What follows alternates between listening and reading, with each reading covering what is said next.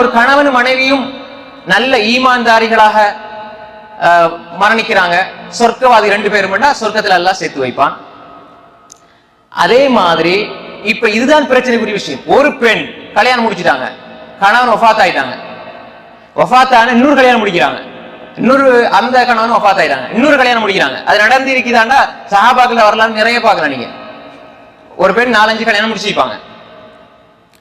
அப்ப இப்ப யாருக்கு அந்த பெண் சொர்க்கத்துல மனைவியாக வருவாங்க? எப்படி?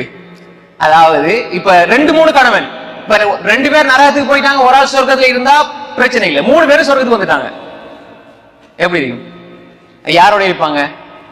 ஹைர். இதுல 3 கருத்துக்கள் சொல்லப்பட்டிருக்கிறது. 3ஐயும் சொல்லி போட்டு எது சரியானதுன்னு சொல்றேன். முதலாவது கருத்து என்னென்றால், யார் அவர்களோட நல்ல முறையில் நடந்து கொண்டாங்களோ, கணவன்ல அழகிய குணத்தோடு யார் நடந்து கொண்டாங்களோ அவங்களோட இருப்பாங்க என்று சொல்லி ஒரு கருத்து. அப்ப இதுக்கு ஒரு செய்தி சொல்லுவாங்க. எப்படின்னா, ஹதீஸ்ல ஒரு செய்தி சொல்லுவாங்க. அதாவது நாளை மறுமையில அழகிய குணமுடைய கணவனோடு மனைவி இருப்பான்னு ஒரு செய்தி சொல்லுவாங்க. அது பலவீனமான செய்தி, ஆதாரத்துக்கு எடுக்க முடியாது. அது பலவீனமான செய்தி. இது ஏன் பலவீனம் என்கிறதெல்லாம் ஒவ்வொரு அறிவிப்பாளர் சம்பந்தமா எல்லாம் பேசி இருக்கிறேன். இதை சுருக்கமா மட்டும் சொல்றேன். ஹை. 2வதாக, அந்த பெண் அவளுக்கு சுதந்திரம் கொடுக்கப்படும். நீ யாரை விரும்புறியோ அவர்களோடு இருக்கலாம், நீ யாரை விரும்புறியோ அவங்களோட இருக்கலாம் என்று சுதந்திரம் கொடுக்கப்படும். இது 2வது கருத்து. 3வது கருத்து, கடைசியாக யாரோடு வாழ்ந்தாரோ, அந்த பெண் யாரோடு வாழ்ந்தாங்களோ அவங்களோட சொர்க்கத்துல இருப்பாங்க. இப்ப 2வது கருத்து அதை வைங்க. அப்படி அவளுக்கு சுதந்திரம் கொடுக்கப்படும். 3வது கருத்து சம்பந்தமா நிறைய ஹதீஸ்கள் சொல்லுவாங்க. அதாவது யார கடைசியா அதாவது சில சஹாபாக்கள் சம்பவங்கள்லாம் வருது, அபூ தர்தா ரலியல்லாஹு அன்ஹு மாதிரி இன்னும் சில சம்பவங்கள். ஒரு சில கட்டங்கள்ல நம்ம இதுக்கு முன்னாடி அந்த ஒரு சில செய்திகளை பேசும்போது, இது அல்பானி ரஹ்மத்துல்லாஹி அலைஹி அவங்க இந்த ஹதீஸ ஆதாரபூர்வமானது என்று சொல்லி சில இடங்கள்ல சொல்றதுனால முன்னாடி அப்படி பேசி இருந்தால் அப்படி சொல்லி இருப்போம். ஆனா சரியான நிலைப்பாடு இப்ப நான் சொல்றது இன்ஷா அல்லாஹ்.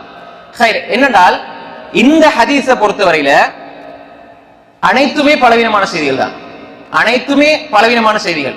அது ஹைஸமி, இராக்கி நான் சொல்லல, அல்லாம அல்பானி சஹீஹ் என்று சொன்னாலும் அதுக்கு முன்னால வாழ்ந்த அறிஞர்கள், ஹைஸமி போன்ற அறிஞர்கள், மிகப்பெரிய அறிஞர் ஹைஸமி, இராக்கி போன்றவர்கள் இந்த ஹதீஸ் பலவீனமான சொல்லி இருக்கிறாங்க. அது மாதிரி வந்து நிறைய அறிஞர்கள் சொல்லி இருக்கிறாங்க. இப்ப உள்ள நவீன ஹதீஸ் துறை அறிஞர்கள் நிறைய பேர் இந்த கருத்தை சொல்றாங்க. உண்மையிலேயே கடைசியா யார முடிச்சு வாழ்றாங்களோ அவங்களோட தான் அந்த பெண் இருப்பாங்க என்று சொல்லி வரக்கூடிய செய்தி எல்லாமே பலவீனமான செய்தி. அப்ப 2வது கருத்து, சுதந்திரம் கொடுக்கப்படுவார் கருத்து மட்டும் இருக்குது. உதாரணத்துக்கு இப்ப இந்த ஹதீஸ் வந்து சனதுல பிரச்சனை இருக்குது, அறிவிப்பாளர் வரிசையில பிரச்சனை இருக்குது, அதுல என்னென்ன பிரச்சனைகள் இருக்குதுன்னு பேசிக்கிட்டோம். இப்ப இன்னொரு விஷயம் என்னன்னா, சனதுல அறிவிப்பாளர் வரிசையில பிரச்சனை இருக்கிறதுனால அது வைவான செய்தின்னு சொல்லிட்டோம். ஒருவேளை சும்மா இதுக்கும் அதுக்கு சம்மதம் இல்லை. ஒரு உதாரணத்துக்கு, ஒரு பெண் 20 வயசுல கல்யாணம் முடிக்கிறாங்க, கல்யாணம் முடிச்சு மாப்பிள்ளையோட சந்தோஷமா ஒரு மாசம் இருக்கிறாங்க, மாப்பிள்ளை ஆக்சிடென்ட்ல மௌத்தாயிட்டாங்க. அவருக்கு விருப்பம் சொர்க்கத்துல இவங்களோட தான் இருக்கணும்னு சொல்லி. அப்ப 20 வயசுல 60 வயசுல மௌத்தா போறாங்கன்னு சொன்னா அந்த 40 வருஷம் கல்யாணம் முடிக்காமலே இருக்கணுமா? ஏன்னா இன்னொரு கல்யாணம் முடிச்சு அவளுக்கு தானே சொர்க்கத்துல பெண்ணா வருவாங்க. புரியுதா உங்களுக்கு? இப்ப அது வந்து ஒரு மாற்று மத கலாச்சாரத்துல நீ கணவன் மௌத்தா போனா அப்படியே இரு. இஸ்லாம் அப்படி சொல்லவே இல்லை. கணவன் மௌத்தா போனா நீங்க தாராளமா, ஏன்னா அது மனிதன் மலக்கல்ல, பெண்.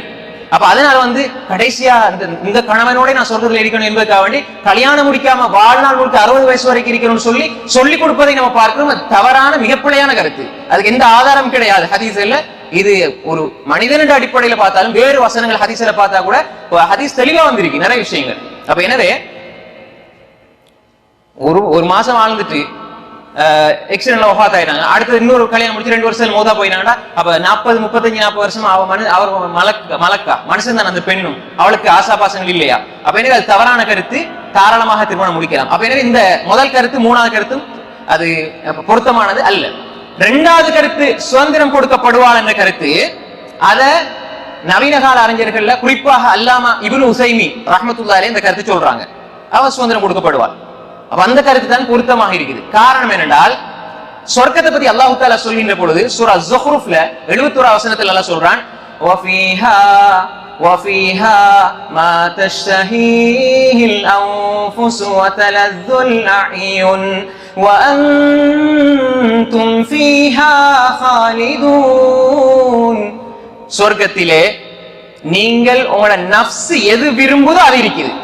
நீ உன்னை விரும்பினா கிடைக்காம இருந்தா சொர்க்கம் அல்ல. அல்லாஹ் சொல்கிறான், உங்களோட நஃப்ஸ் எதை விரும்புமோ ஆசை கொள்ளுமோ அது உங்களுக்கு சொர்க்கத்திலே கிடைக்கும். கண் எதனை பார்த்து இன்பம் அடைகிறதோ அதுவும் கிடைக்கும். அதிலே வஅன்தும் ஃபீஹா காலிதூன், நீங்கள் நிரந்தரமாக இருப்பீர்கள் என்று அல்லாஹ் சூரா ஸுஹ்ருஃப்ல சொல்றான். இப்ப இந்த வசனத்தை வச்சு பார்க்கும் பொழுது ஒரு பெண் என்ன செய்வாள்? அவள் விரும்பியவரோடு இருக்கலாம். அல்லாஹ் அதற்கு சுதந்திரத்தை அல்லாஹ் வழங்கி இருக்கிறான் என்பதை நான் எல்லா அறிஞருடைய கருத்தை வச்சும் சரியானதா பார்க்கிறேன். அதற்கு நான் எந்த அறிஞருடைய கருத்தை எடுக்கிறேன் என்றால், நவீன கால இஸ்லாமிய அறிஞர் அல்லாமா இப்னு உஸைமீன் ரஹ்மத்துல்லாஹி அலைஹி, மிகப்பெரிய இஸ்லாமிய அறிஞர், அவர்கள் இந்த கருத்தை சரி காண்கிறார்கள். அந்த கருத்தை நாம் எடுக்கிறோம். அப்ப எனவே ஒரு பெண் ஒன்றுக்கு மேற்பட்ட ஆண்களை திருமணம் முடித்திருந்தால் அல்லாஹ் நாடியவாறு அந்த பெண் விரும்பியவரோடு சொர்க்கத்திலே இருக்கலாம். ஏன்னா பெண்ணுக்கு தான் அந்த உரிமை கொடுக்கப்படுது. அப்ப சொர்க்கத்தில் பெண்களுக்கு அல்லாஹ் இப்படி ஒரு உரிமை அல்லாஹ் என்ன செய்யறான்? கொடுக்கிறான். சுப்ஹானல்லாஹ்.